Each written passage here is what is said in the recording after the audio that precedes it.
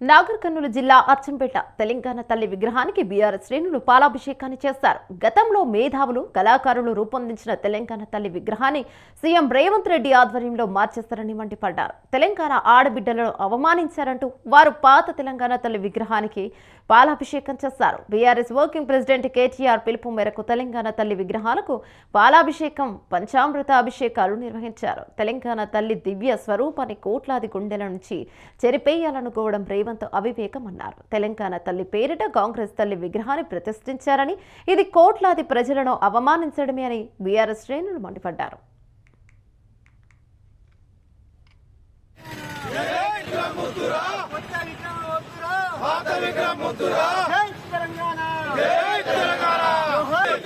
కేటీఆర్ గారి నాయకత్వం